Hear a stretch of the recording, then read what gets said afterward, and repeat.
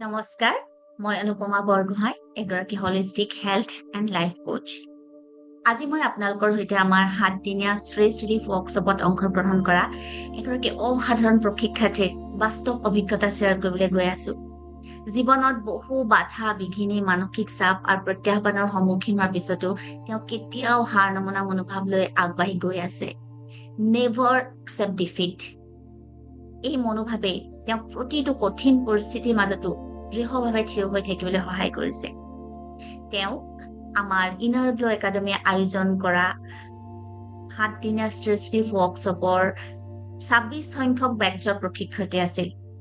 তেওঁ এই 7 দিনৰ যাত্ৰাত প্ৰথমবাৰৰ বাবে যোগদান কৰিয়ে কিছু ৰিলেক্সেশ্যন পোৱাই নহয়, বৰঞ্চ নিজৰ ভিতৰত এক নতুন আশা, সাহস আৰু মানসিক শান্তিৰ অনুভৱ লাভ কৰিছে। আজি তেওঁ নিজৰ মুখেৰে সেই অভিজ্ঞতাখিনি শ্বেয়াৰ কৰিছে। তেওঁ এই কথাবোৰ হয়তো আপোনাৰ জীৱনতো এক নতুন প্ৰেৰণা আৰু আশাৰ পোহৰ কঢ়িয়াই আনিব। আহক তেওঁ হৃদয়ৰ পৰা লোৱা অভিজ্ঞতাখিনি শুনো। নমস্কাৰ, মোৰ নাম ৰশ্মি গগৈ। মোৰ ঘৰ শিৱসাগৰ জোনাকী নগৰত হয়। মই বহুত আধ্যাত্মিকতাত কাম কৰি আছোঁ আৰু মই অনুপমা বাইদেউক বহুত পোনপ্ৰথমেই নমস্কাৰ জনাইছোঁ, অভিনন্দন জনাইছোঁ, বহুত ধন্যবাদ জনাইছোঁ। আৰু মই জোনমণি বাইদেউকো মই বহুত ধন্যবাদ জনাইছোঁ, জোনমণি কলিতা বাইদেউ। সঁচাকৈ তেওঁ আজি মোক এই ক্লাছটোৰ কথা কৈছিলে, ক্লাছৰ বিষয়ে কৈছিলে যে বহুত ভাল লাগে, তুমি কৰি চাবাচোন এবাৰ। আৰু যেতিয়া সুমনি বাইদেউৰ লগত কৰিছিলোঁ ক্লাছটো বহুত ভাল লাগিলে, ইমান সুন্দৰকৈ তেওঁ বুজাই দিয়াৰ পিছত মই যেতিয়া ক্লাছৰ কথা ক'লে, মই তেতিয়া ভিডিঅ' চাইছিলোঁ অনুপমা বাইদেউৰ। মই মনতে ভাবিছোঁ কেনেকৈ ক্লাছ কৰিব পাৰিম তেওঁৰ পৰা। তাৰপিছত যেতিয়া মোৰ ক্লাছৰ কৰিবলৈ দিলে আৰু তেওঁক লগ পাই মই বহুত সুখী হৈছোঁ। ইমানেই সুন্দৰকৈ ভিডিঅ'টো বুজাই দিছে নহয়, ভাবিব নোৱাৰাকৈ। তেওঁৰ পৰা ক্লাছ কৰি মই বহুত উপকৃত আৰু মোৰ যিবোৰ টোপনি ভাৱ, এলাহ ভাৱ আছিলে সেইবোৰ এতিয়া নাই আৰু বহুত মিৰাকেল আৰু মেজিকেল হৈছে। বহুত ভাল পাইছোঁ আৰু মোৰ লাইফটোত বহুত এটা মানে কাঁইটৰ দৰে আছিল। মোৰ হাজবেণ্ড বহুত ল'ৰা ছোৱালী হৈ থাকোঁতে ঢুকাইছে আৰু ঢুকোৱাৰ পিছতে বহুত এটা বেলেগ জীৱন আহিছে, সেইটো আপোনালোকে নিশ্চয় অনুভৱ কৰিব পাৰিছে।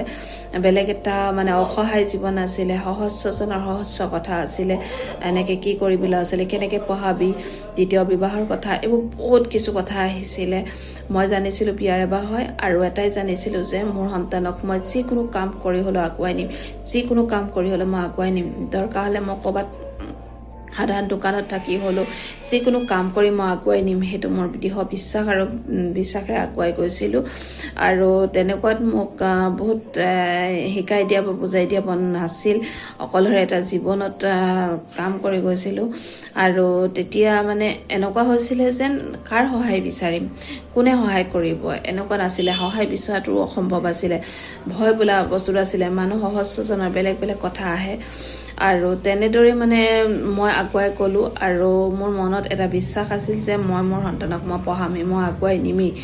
মোৰ প্ৰতিজ্ঞা আছিলে, মোৰ সন্তানক মই কেতিয়াও এৰি নাও। তেনেকুৱাতে মই সিহঁতক লৈ আহি ভাড়া কৰি ৰুমত থাকি কাম কৰি তেওঁলোকক পঢ়াইছিলোঁ। পঢ়াই শুনাই আজি তেওঁলোক ডাঙৰ হৈছে। মোৰ ছোৱালী ডিগ্ৰী কমপ্লিট কৰিছে, কম্পিউটাৰ কৰ্চো কৰিছে, বছৰীয়া PTC। ল'ৰাই এইবাৰ হায়াৰ ছেকেণ্ডেৰী ফাইনেল দিছে, তাৰো ভাল ৰিজাল্ট হৈছে।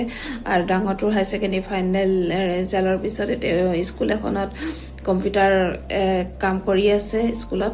আৰু সঁচাকৈ চাওক, মই আজি যেনেদৰে এটা সপোন আছিলে যে সিহঁতক পঢ়াম, সিহঁতক মই এদিন দেখুৱাবই লাগিব যেন এজনী নাৰীও কৰিব পাৰে। সাহস থাকিলে, মনত দৃঢ়তা আৰু বিশ্বাস থাকিলে কৰিব পাৰে। সহস্ৰজনৰ বহুত কথা বতৰা মানুহে কেতিয়াও গুৰুত্ব দিব নালাগিব। যেতিয়া কিছুমানে বহুত নেগেটিভ কথা কয়, সেই নেগেটিভ কথাবোৰ এখন কাণে শুনিব লাগে, এখন কাণে উলিয়াই দিব লাগে। কাৰণ আমাৰ কৰ্তব্য হৈছে, আমাৰ যিটো ৰাস্তা আছে সেই চিধা ৰাস্তাটোত যদি আমাৰ যিটো আমি সপোন দেখিছোঁ, য'ত পোহৰ দেখিছোঁ, সেই পোহৰৰ ফালে আমি আগুৱাই যাবই লাগিব। কোনোবাই যদি আমাৰ আন্ধাৰ ফালে টানিব বিচাৰে, আমি সেই আন্ধাৰ পাৰ কৰি আমি সেই পোহৰৰ ওচৰলৈ আগুৱাই যাব লাগিব। আৰু যি আগুৱাই গৈছোঁ, যেনেকৈ অনুপমা বাইদেৱে কৈছে তেনেদৰে আমি সপোনবোৰ মই পূৰণ কৰি গৈছোঁ আৰু পূৰণ কৰিম। অনুপমা বাইদেউৰ ক্লাছ কৰি জীৱনটো মই আৰু যিখিনি মোৰ এলাহ ভাৱ, টোপনি ভাৱ আছিলে, সেইখিনি মই বহুত ভাল পাইছোঁ, বহুত ভাল লাগিছে। আৰু মই মেডিটেশ্যন আগৰ পৰাই কৰিছিলোঁ। মই মেডিটেশ্যন ক্লাছ কৰিছিলোঁ, এক্সেছৰ ক্লাছ মই মোৰ ল'ৰাৰ কাৰণেহে কৰিছিলোঁ। গৈ পিনি প্ৰথমতে মই ভবা নাছিলোঁ যেন এক্সেছৰ মোৰ ল'ৰাটো যেতিয়া মোবাইল এডিকশ্যন বেছিকৈ হৈছিলে তেতিয়া মই ভয় খাই গৈছিলোঁ কি হ'ব এতিয়া, তাৰ কথাটো নুশুনা হৈ গ'ল। মই তেতিয়াই যেন এক্সেছৰ ক্লাছ কৰিবলৈ কৈছোঁ, মই যিকোনো প্ৰকাৰে ল'ৰাটো ভাল কৰিব লাগিব। ক্লাছ কৰিলোঁ, তাকো লৈ গ'লোঁ ক্লাছৰ প্ৰায় তাক ছেশ্যন দিলোঁ। মই ঘৰে ঘৰে গৈ দিছিলোঁ গৈ মানে সেইটো 21টা কমপ্লিট কৰিবলৈ দিয়াৰ পিছতে সঁচাকৈ তাৰো লাইফত ভাল হ'ল। আৰু তেনেদৰে মই মেডিটেশ্যন শিকিলোঁ। গৈ মেডিটেশ্যন এটা সপোন আছিলে, মই খুব চাওঁ মেডিটেশ্যন চাওঁ। মেডিটেশ্যন চোৱাৰ পিছত মই গম পালোঁ যে ব্ৰহ্মপুৱা মই ভগৱান এটাই ভাবিলোঁ যেন মই কাম কৰিবই লাগিব, মই আগুৱাই যাবই লাগিব। আৰু তেনেদৰে মই 2টা-3টা বজাত উঠি মেডিটেশ্যন আৰম্ভ কৰিলোঁ। মই 2টামান বজাত উঠি ঘৰ চহাৰি গা চা ধুই মই 3টা-3:30 মেডিটেশ্যনত বহোঁ, 6টা-7টালৈকে বহোঁ। তাৰপিছত মন্দিৰত চাকি বন্তি জ্বলাই মই এনেকেই মানে বহুত কিছু আগবাঢ়ি গ'লোঁ, মানে আগুৱাই যাবলৈ আৰম্ভ কৰিলোঁ। তেনেদৰে যেতিয়া কামবোৰ কৰিলোঁ সফলতাই মানে আগবাঢ়ি গ'লোঁ আৰু ভগৱানৰ আশীৰ্বাদ বহুত পালোঁ। আজি তেওঁৰ আশীৰ্বাদতে, আজি বহুত গুৰুৰ আশীৰ্বাদে আজি অনুপমা বাইদেউক পালোঁ। অনুপমা বাইদেউক পাই মই বহুত সুখী হৈছোঁ। জোনমণি কলিতা বাইদেউক মই বহুত বহুত ধন্যবাদ দিছোঁ। তেওঁৱে জনাইছিলে এই ক্লাছটোৰ বিষয়ে, তেওঁ কৰিছে আৰু কৈছে যে বহুত ভাল ক্লাছ, তুমি যেতিয়া কৰিবা তেতিয়া গম পাবা, এবাৰ কৰি চোৱা। সুমনি বাইদেউকো বহুত বহুত ধন্যবাদ দিছোঁ। তেওঁ যেনেকৈ ইমান সুন্দৰকৈ বুজাই দিলে, তেওঁ বুজাই দিয়াৰ পিছতে মই ক্লাছটো কৰিবলৈ দৃঢ়তাৰে মানে মন ভাবিলোঁ যে মই ক্লাছটো কৰিম। আৰু যেতিয়া অনুপমা বাইদেউ ভিডিঅ' চালোঁ, ৱাও ইমান মেজিকেল কথা কৈছে, মানে এনেকুৱা লাগিছে তেওঁৰ কথাতেই যেন এটা আশীৰ্বাদ আহি আছে আমালৈ, একদম জ্ঞানৰ ভাণ্ডাৰ। মানে বহুত বহুত লাগিলে জ্ঞানেৰে মানে আমাক মানে তেওঁক মানে এনেকুৱা লাগিলে যেন এগৰাকী মানে গুৰু মাক লগ পাইছোঁ। আৰু গুৰু মাক যেতিয়া লগ পাইছোঁ মই তেতিয়া ভগৱানক বহুত ধন্যবাদ দিছোঁ যেন তেওঁৰ আশীৰ্বাদ আৰু তেওঁৰ কৃপাৰ কাৰণেই চাগে মহান গুৰুসকলক লগ পাইছোঁ আৰু আপোনাকো লগ পালোঁ। বহুত ভাল লাগিলে। এই ক্লাছটোৱে মোৰ জীৱনটোৰ সম্পূৰ্ণ ছাকচেছ আনি দিছে আৰু আগুৱাই যাম। আৰু মই তেনেকৈ মোৰ জীৱনত যেনেকৈ পোহৰ হৈছে সহস্ৰজনক আনি যাতে পোহৰ কৰি তুলিব পাৰোঁ আৰু আপোনাৰ ওচৰত ক্লাছ দিয়াব পাৰোঁ, তাৰ বাবে মই মানে আশা আৰু সপোন মোৰ এতিয়াৰ পৰাই নহয়, বহুত আগৰ পৰাই এটা সপোন আছিলে যেন মোৰ জীৱনত যিখিনি ঘটিছিলে যেন কাৰো জীৱনত নঘটক। আৰু যিসকলে এতিয়াও এনেকুৱা এটা লাইফ কটাই আছে যেন দুখ অভাৱ অনাটন, তেওঁলোকক যেন এবাৰ হ'লেও আনি বাইদেউৰ লগত ক্লাছ কৰা আৰু তেওঁলোকৰ জীৱনটো পোহৰ হৈ যায় তাৰে কামনা কৰোঁ। আৰু বাইদেউলৈ বহুত ধন্যবাদ থাকিল। ভগৱানে বাইদেউক আৰু শক্তি আৰু সাহস দিয়ক, সহস্ৰজনক পোহৰ কৰি তুলিছে, তেওঁ জীৱনটো কোটি কোটি পোহৰ হৈ উঠক আৰু আমাকো এনেকৈ তেওঁৰ লগত লগ কৰাও, সদায় তেওঁৰ পৰা আশীৰ্বাদ পাওঁ যাতে তাৰে কামনা কৰিছোঁ। আৰু ক্লাছটোৱে মোৰ জীৱনটো সুন্দৰ কৰিলে, সলনি কৰিলে। আৰু মই মেডিটেশ্যনত আপুনি ভাবিব নোৱাৰে, যিদিনাখন মই বাইদেউক জনাইছিলোঁ যে মোৰ এনেকুৱা তেনেকুৱা হয়, মই মেডিটেশ্যন কৰিবলৈ মন নজল, টোপনি ধৰা হ'ল, তাৰপিছত মই মেডিটেশ্যন কৰিছোঁ। ছেশ্যন লোৱাৰ পিছত একদম মানে এনেকুৱা লাগিছে যেন কোনোবা এজন আহি মোৰ মুখৰ আগত ৰৈছেহি অকণমান আঁতৰত, একদম বগা কাপোৰ পোহৰ হৈ আহিছে। মই আচৰিত খাই গৈছোঁ, মানে কোন হয়? তাৰপিছত যেতিয়া মই কৰিছোঁ নহয়, দেখিছোঁ ইমান পোহৰ হৈ গৈছে। মই তেতিয়া লগালগ অনুপমা বাইদেউৰ মুখখন মোৰ মানে ফ'কাছ কৰিছোঁ যেন মই তেওঁক ধন্যবাদ দিছোঁ, তেওঁৰ আশীৰ্বাদৰ কাৰণে পালোঁ।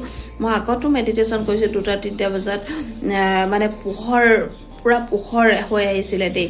মোৰ তেতিয়া বহুত ভাল লাগিছিলে, মানে ব্ৰহ্মপাত যে কৰিলে ভগৱানক সঁচাকৈ পুৰা পাই, মানে সেয়া মোৰ এটা একদম পুৰা হেৰি আছিলে যেন মোৰ মানে হেৰি হয়, মানে এনেকুৱা হৈ যায় যেন যেতিয়া মই যেতিয়া ভিডিঅ'বিলাক চাওঁ, মই ভগৱানক মানে পাবলৈ এটা বৰ সপোন মানে তেওঁৰ অনুভৱ কৰাৰ।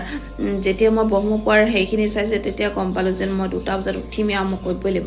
2টা বজাত উঠোঁ, মই মেডিটেশ্যন কৰোঁ আৰু বহুত ভাল লাগিছিলে। এতিয়া অনুপমা বাইদেউকো লগ পাই বহুত বহুত ভাল লাগিলে, অনুপমা বাইদেউৰ মেডিটেশ্যন কৰি ভাল লাগিলে। আৰু বাইদেউক মই এটা অনুৰোধ কৰিছোঁ যাতে আমাক এটা মেডিটেশ্যন তেওঁৰ ফালৰ পৰা আমাক দিয়ে, যাতে আমি ছাকচেছ হৈ আৰু আগুৱাই যাব পাৰোঁ। তাৰ বাবে যাতে আমি যেনেকৈ হিলিং মডেলিটিৰ কামেই কৰি আছোঁ বা মানুহৰ পোহৰ সুস্বাস্থ্যৰ কাম কৰি আছোঁ, তেনেদৰে যাতে বাইদেউ আমাক এভাগ মেডিটেশ্যন আমালৈ দিয়ে। আৰু তাৰ বাবে মই বহুত ধন্যবাদ দিছোঁ। আৰু বাইদেউ সদায় আশীৰ্বাদ কৰিব আমাক আৰু আমিও যাতে সহস্ৰজন আপোনাৰ ওচৰত লৈ আহিব পাৰোঁ তাৰ বাবেও মই বহুত আশা কৰিছোঁ। এই সুন্দৰ আৰু আন্তৰিক অভিজ্ঞতা শ্বেয়াৰ কৰাৰ বাবে তেওঁলৈ মোৰ বহুত কৃতজ্ঞতা। এগৰাকী ফেচিলিটেটৰ হিচাপে মোৰ বাবে আটাইতকৈ ডাঙৰ আনন্দ তেতিয়াই হয় যেতিয়া কোনোবাই নিজৰ জীৱনত ইতিবাচক পৰিৱৰ্তন অনুভৱ কৰে, মনত শান্তি বিচাৰি পায় আৰু নতুন আত্মবিশ্বাসেৰে জীৱনৰ পথত আগবাঢ়ি যায়। যদি আপুনিও মানসিক চাপ, উদ্বিগ্নতা, ভয়, নেতিবাচক চিন্তা বা জীৱনৰ বিভিন্ন প্ৰত্যাহ্বানৰ সৈতে যুঁজ দি আছে, তেন্তে মনত ৰাখিব পৰিৱৰ্তন সম্ভৱ। আপোনাৰ নিজৰ ভিতৰতে সেই শক্তি ইতিমধ্যে আছে। আমাৰ আগন্তুক 7 দিনীয়া ষ্ট্ৰেছ ৰিলিফ ৱৰ্কশ্বপৰ বিষয়ে অধিক জানিবলৈ বিচাৰিলে ডেছক্ৰিপশ্যন বক্সত দিয়া এই নম্বৰত যোগাযোগ কৰক। ভিডিঅ'টো চোৱাৰ বাবে ধন্যবাদ। সকলোৱে জীৱনত শান্তি, সুখ, সাহস, আনন্দ বিৰাজ কৰক। নমস্কাৰ।